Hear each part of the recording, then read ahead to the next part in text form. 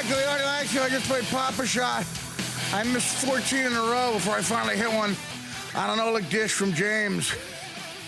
What's your last name again, James? Flippin'. James Flippin', Oleg dish. Finally hit it. I'm out of breath. But I won at the buzzard. Joining us now, hockey analyst for Yahoo's Puck Daddy. Been here before. We love him. Greg Wyshynski. Greg, what's up, buddy? Need to get some air hockey up in there, man. Oh, that's a good one. Forget Papa Great Shot. game. you're right. And the more embarrassing thing, too, my ass is lily white from the long winter, and I bent over, and right in DirecTV's HTV television was my big lily whiter ass crack. So terrible. Flat lily whiter. My HDTV nightmare was I did the trade deadline up in Canada. And I, you know, I'm a blogger. I don't have any fashion sense, so I'm wearing like your White House intern khakis, and I'm thinking I'm looking pretty good, right? And I was told that in HD, the pants I was wearing looked like baby diarrhea. Oh, baby diarrhea. Hashtag baby diarrhea. All right, well, Greg, thank you for doing the show, adding some credibility. Give us your opinion here. The finals, we got two old school guys, two of the originals. Are they part of the original six, these two? They are, right? Yeah. Chicago Blackhawks. Two of the six. Yeah, what are you thinking about this? I think the original six. I think the original six has lost some of its cachet, right? Because like it used to be a thing where those were the six teams that we only gave a crap about those six teams. But now I think like the Flyers and the Penguins. Like there are other teams that aren't part of the original six that I think people have reverence for as being the vanguard franchises in the NHL. You know, the Bruins and Blackhawks very, very respected. What do you think is going to go on here? I mean, do you think it's going to be a good series? I do. I mean, already we got triple overtime. Yeah, they're really evenly matched, and it's in some ways, you know, the Bruins are more of the bruising defensive team, and the Blackhawks like to skate a little bit more and get a little bit more offensive. So it's kind of a contrasting styles, and you know they both got some virtues. I mean, you know, the Blackhawks had this amazing backstory this year of going 24 games without losing in regulation. The Bruins obviously took care of the Penguins in the sweep, and then during the regular season had all the emotional stuff tied in with the bombing. So they both kind of have their own little narratives going on, and from a competitive standpoint, they're really evenly matched. The bar is set kind of high with a triple overtime game in game one, but I have a feeling that there's still going to be some real highlights to come in the series. Who do you think is more racist as an organization? Well, you know, it's tough to say because, you know, obviously, I mean, I'm based out of Washington, D.C., so I'm like hypersensitive towards the Native American mascot. I hear you. Yeah, obviously, but with Boston, I mean, Boston really acquitted itself well when Joel Ward of the Washington Capitals scored the series-clinching goal last postseason, right. And just scores of Bruins fans are dropping N-bombs about him on Twitter. So it's I'd say it's a push. That is really, I mean, can you imagine, even if people think they're being funny and don't really believe that, the fact that they do, I mean, it's really, we're never going to live in a world where that doesn't exist, but unfortunately we do. And if the Artie Lange Show can do anything to change that, it will. Oh, it's round of applause, exactly. No, I know, you know, there's an audience that gathers here sometimes to listen to my words, and I don't plan this, but you know. I mean, I often refer to you as Artie Luther King. I mean, you are a leader. ALK, that's right. All that stuff went down last year with Boston fans on Twitter with Joel Ward, but it's not like that stuff's not traceable. And in fact, a bunch of kids who got suspended from a high school in Boston because, you know, it got found out that they were all participating in that stuff on social media. It's like, you know, even if your name is anonymous, even if your name is like Lucic fan 69 or whatever, people are going to find out who you are. Yeah, right. So it's ridiculous, and of course, you know, I don't know if you saw on MSNBC the other day. I was, of course, the tweet of the day, giving out my support to Paris Jackson, Michael's daughter. And, of course, I uncovered with some brilliant investigative reporting homophobia in the NFL by exposing a scandal out in San Francisco.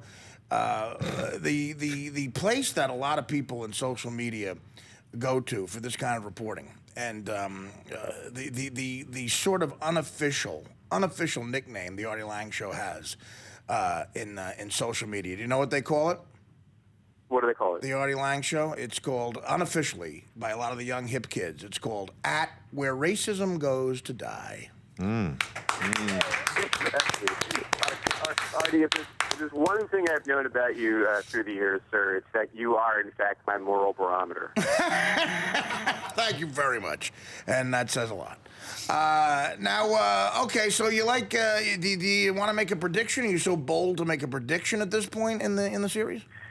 Well, before the series, I said Bruins in 6, and I got to stick with that. I don't think losing Game 1, even in the fashion that they lost it, is that crippling. They still know they had to take one of 2 games, I think, to lead off the series in Chicago. They can still take Game 2.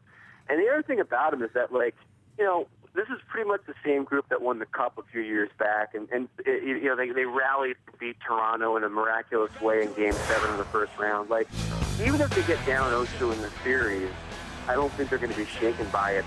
They're an incredibly confident bunch, and going back to Boston 0-2, I think they went back to Boston 0-2 against Vancouver the year they won the Cup as well. So they'll be resilient, and I still think at the end of the day, their defense and their ability to knock around the Blackhawks a bit is going to be the determining factor in the series, despite the fact that the Blackhawks wound up winning Game 1. Well, Greg, if racism had a pitching staff and you had its best slider, I hand you off to a guy who's not going to get by you.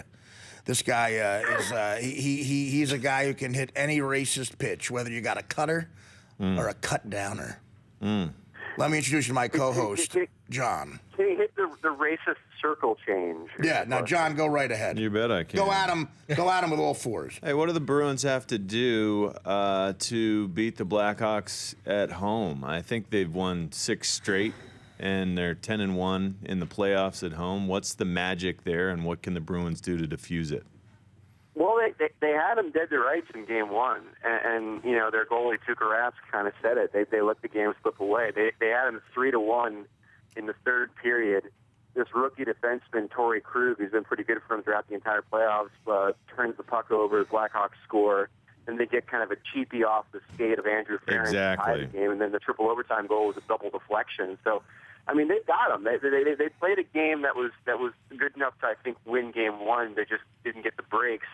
The one thing I think they need to tighten up, though, is the fact that they did allow Chicago to possess the puck a little bit more than you'd want. If you look at the shot attempts in Game 1, meaning shots on goal, shots that missed, shots that got blocked, Chicago had upwards of 134, and Boston only had about 85. That's how Chicago had the puck. Yeah, Chicago had the puck too much in Game 1, and I think what the Bruins do, when the Bruins are playing their best hockey, they take away what you're good at.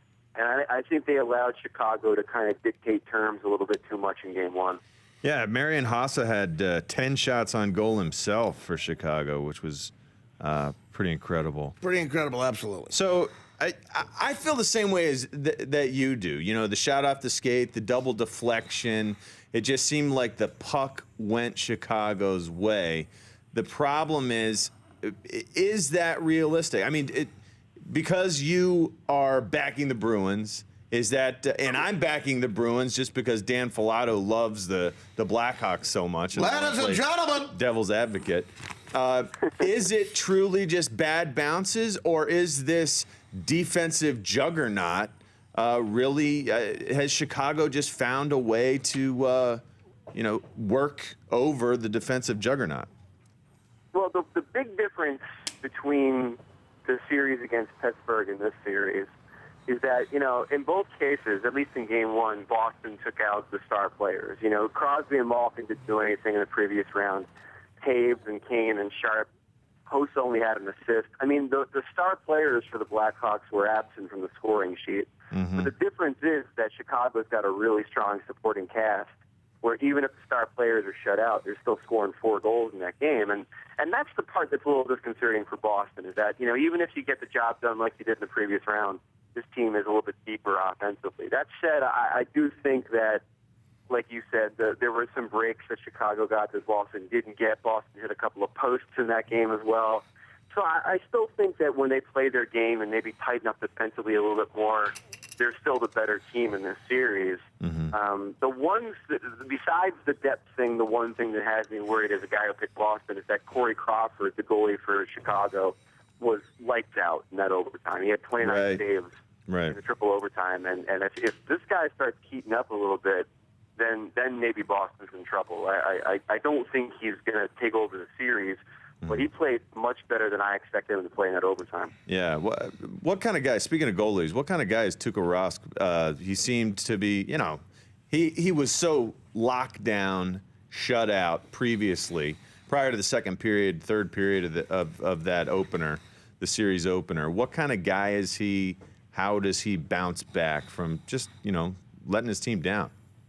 Well, on the one hand, he's been the perfect temperament for this team because, dude's faced significant pressure. I mean, not only is it playing under the shadow of Tim Thomas, even though Thomas is in a bunker somewhere in Colorado shining up his guns in case the IRS comes to get him, it's still kind of playing knowing that this guy was the MVP of the playoffs as a goalie for the Bruins.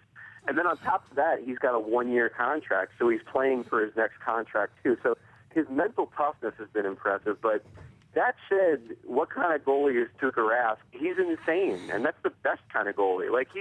He's a guy who in the past has had impulse control problems where he gives up a goal in a shootout, and the next thing you see is him throwing Gatorade jugs onto the ice. Yeah. Pissed off. So, that's the kind of goalie that we like. You're Ronnie Hextall. You're Billy Smith. You're crazy goalies, and I think he's exponentially more crazy than Corey Crawford is. I love Hextall. Cool. I love Hextall. Mike, do you have any thoughts on hockey? Yeah, all right. I wanted to ask, how would... Who do you want to ask? Hold on. I'm sorry. Greg, I want to ask him... Greg who? Wyshynski. Okay. Greg, how would... I like old-time sports. How would a Bobby Orr or Nick Fotiu done today? I apologize for that question. I really do. I mean, like other sports...